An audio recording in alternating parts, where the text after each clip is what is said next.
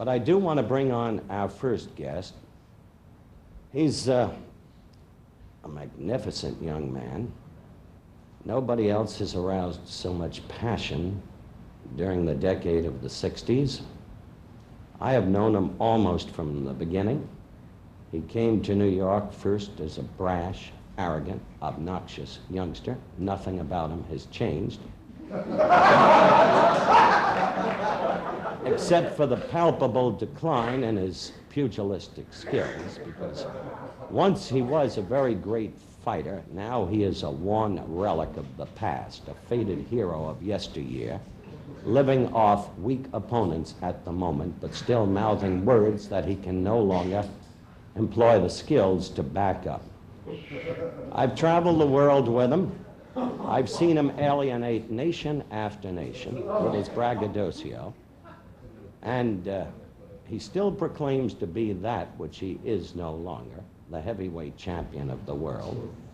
So I am going to bring out, in all of the futility that emblazons his current efforts, the former heavyweight champion of the world, Muhammad Ali.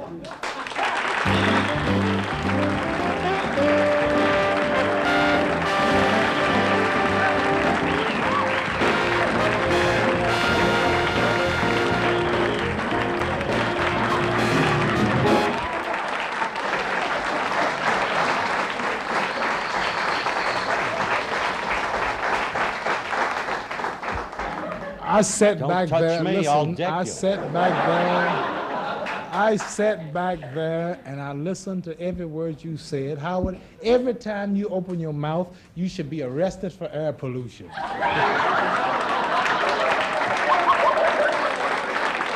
You give me more trouble. You give me more trouble than my opponents. Now, like, heard you were going to host the show, so I thought I would give you the honor of coming to talk with you. Now, what do you want to talk about? I want to talk with you, first of all, about the fact that you would still be in impoverished anonymity in this country if I hadn't made you famous. Now listen, listen. No, he's awful serious. I mean, you told me you made Floyd Patterson popular, but you know yourself, if it wasn't for me, you wouldn't really be who you are today. Because every time I fight, go to foreign countries, you would always be there. You never would have gotten to those countries if it wasn't me. And lately, you haven't been able to follow me because I understand your budget is much cheaper. What was it you told me? Don't make so much of that football guy, Dandy Don. We're still the #1 act. Is that what you told me when you were in training for Frazier? When was that? When you came to the pool at the Americana Hotel and said, "Where's the white guy giving me all the trouble?" You Jewish.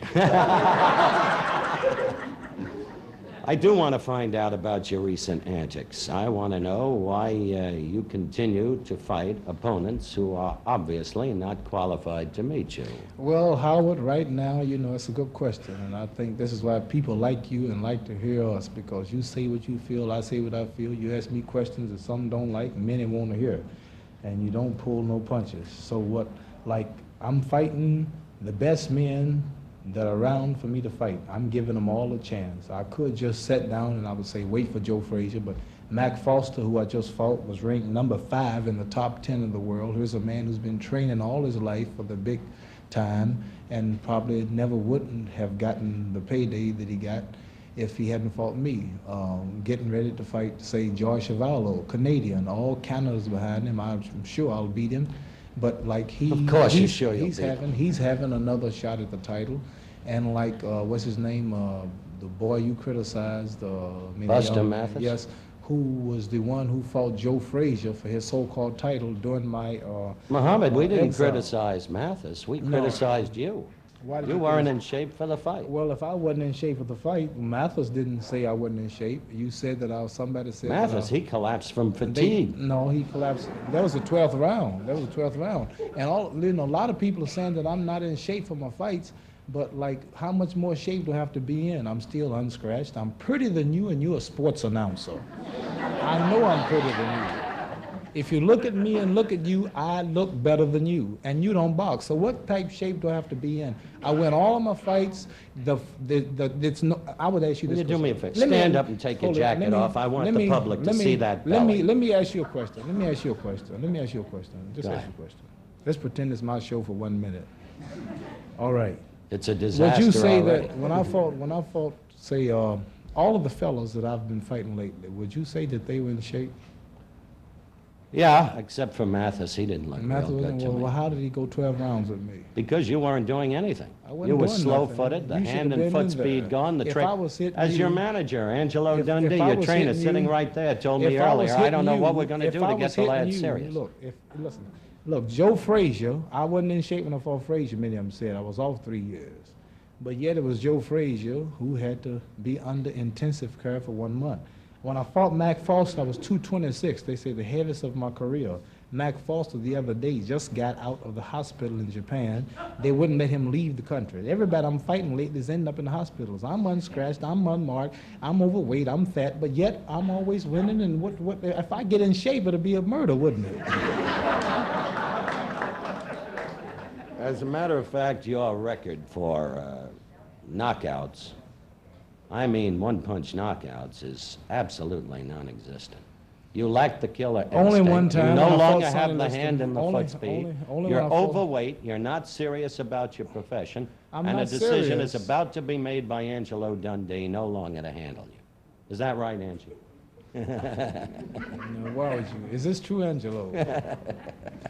Why would you?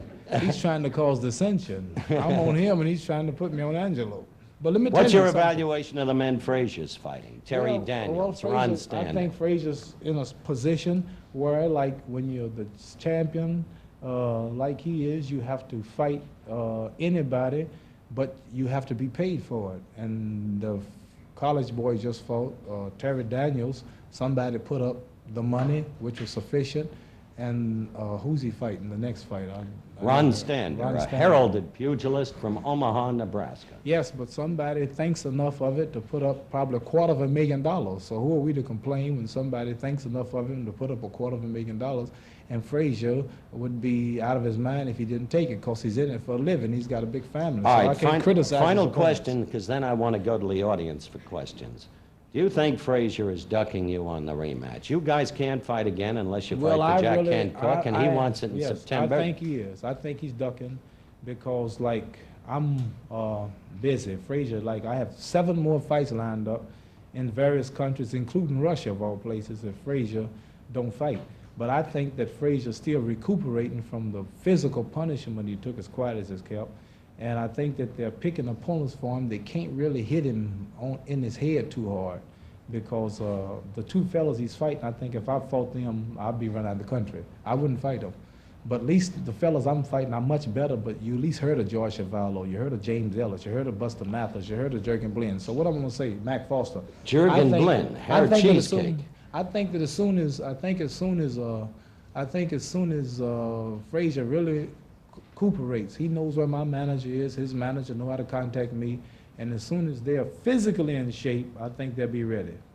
All right, these folks, I would think, would want to ask you some questions, and we're going to give them the opportunity to ask us both questions. We'll be back right after these messages.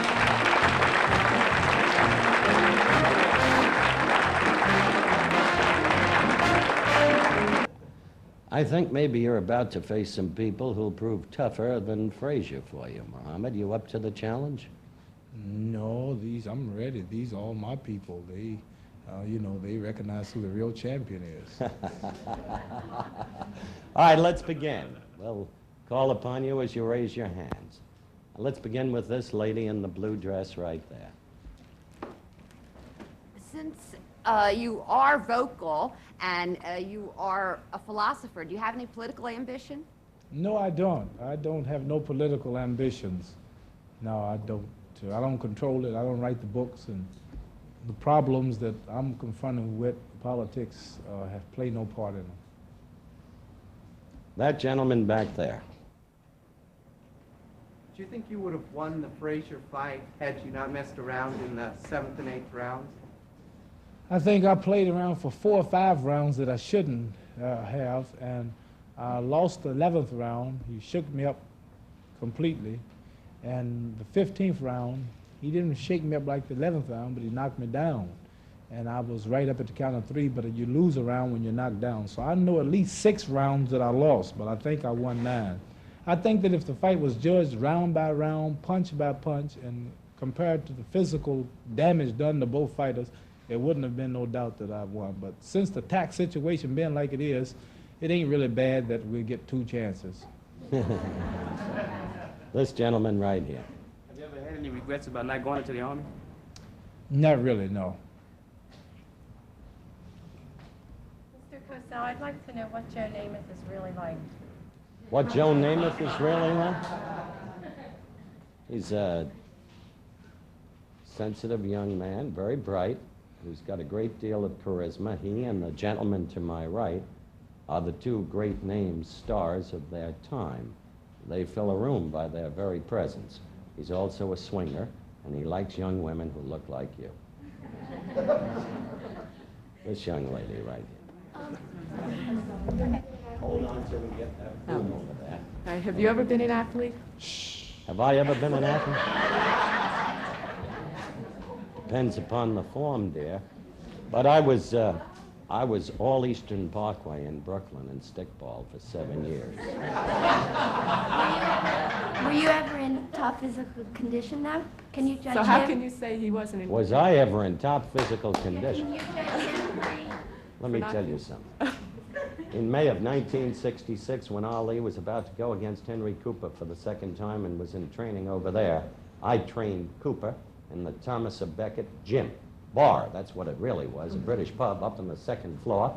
Cooper's manager, Jimmy Wick, saw me work out and said, "You should fight Ali, not my man." He was right.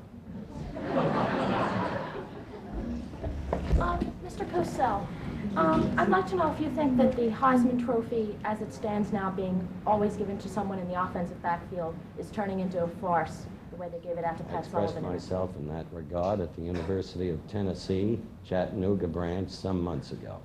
Heisman Trophy is a farce for many reasons. It's voted upon by a massive number of sports writers who in most cases haven't even seen the players play for whom they're voting. That's item number 1. Item number 2 is that backs can't be compared with defensive linemen. There is no yardstick for measurement. Differences of position require different skills. Item number 3, no player from a black college has ever gotten a single vote for the Heisman Trophy. Look at the roster of professional football. Leroy Kelly, Morgan State. Willie Davis, the great Green Bay end, number 87 of the past from Grambling. Buck Buchanan from Grambling.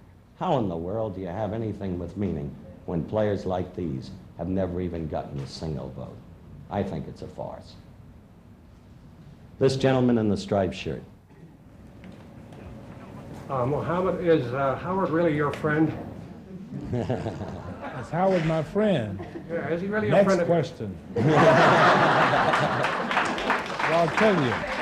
Should we tell him the truth? Howard Cossel is a man of his profession, and he's tops in the business. And same with me and mine. And he's independent, I'm independent. He don't need me, and I don't need him. He speaks his piece, I speak mine. He respects me, I respect him. But I can't say he's my friend. How long would he last in the ring with you? How long would he last? You mean how hard would the blow have to be? Listen, Howard Cossel is, he's a good man with his brains. He's not a fighter. And in the long run, he proves to be more successful than most fighters. He uses his brains. Do you think there should be a gate in the ring for him to run out in case, you know what I mean, an escape route when he fights you? No, he's one of the best men in the sport announcing field, and I miss him when he's not at ringside promoting my fights, because he and I makes a good team. But one day I promise to slap him. The gentleman in the rear row. I'd like to address a question to you, if I may. Did you enjoy the banquet we attended together in Columbus, Ohio in January, just the past January? Very much. I'd like to say publicly, I think the best annual football banquet in the country is the one conducted by the Columbus Touchdown Club. You mean the one that Dandy Don and Humble Howard, both MC. The one we just attended in January. I'd like to ask one of Muhammad. In fact, no matter what they say, Muhammad, I still think you're a champion. They'll be right back.